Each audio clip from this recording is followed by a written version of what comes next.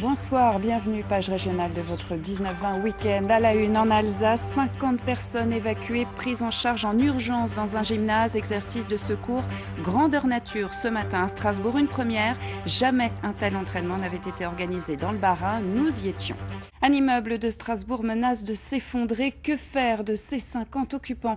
Pour faire face à un tel scénario, la protection civile du Bas-Rhin organisait une simulation des plus réels ce matin avec 70 secouristes bénévoles dans leur propre rôle et dans celui des victimes. Marie Pouchin, Jérôme Gosset. Les premiers habitants arrivent au gymnase, entièrement transformé en campement d'urgence.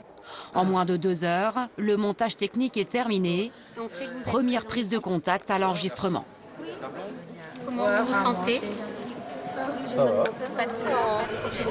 Voilà pour vous. Pour les kits hygiène, on a une brosse à dents, du dentifrice, du shampoing, du petit savon et tout ce qui est serviettes et quoi là? Ouais, des petites serviettes pour se faire une toilette. Assis mon chien, assis. Tout est prévu pour rester 24 heures sur place, même pour leur berger allemand. Le maître chien a déjà d'autres locataires.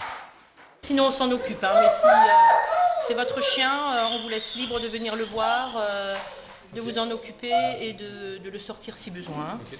Donc c'est Aiko. Être à l'écoute, les bénévoles sont formés à gérer les situations de crise. Voilà la cellule de soutien psychologique. Une victime qui a par exemple perdu sa maison, c'est quand même choquant, troublant, elle peut avoir des soucis par après.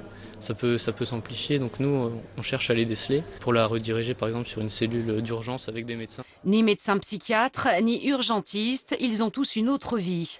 Étudiants, techniciens, fonctionnaires. Pour lever, lever. Des secouristes volontaires. Ok, ensemble et on amène à l'infirmerie. C'est important ce genre de répétition? Oui, c'est important parce qu'il faut qu'on apprenne à travailler tous ensemble avec des équipiers différents à chaque fois. Donc il faut qu'on s'entraîne. Un soutien au secours qui a déjà fait ses preuves à Strasbourg, notamment lors de l'explosion d'un immeuble place d'Islande il y a 1 an. La protection civile du Bas-Rhin devrait devenir un partenaire officiel de la communauté urbaine dès janvier prochain.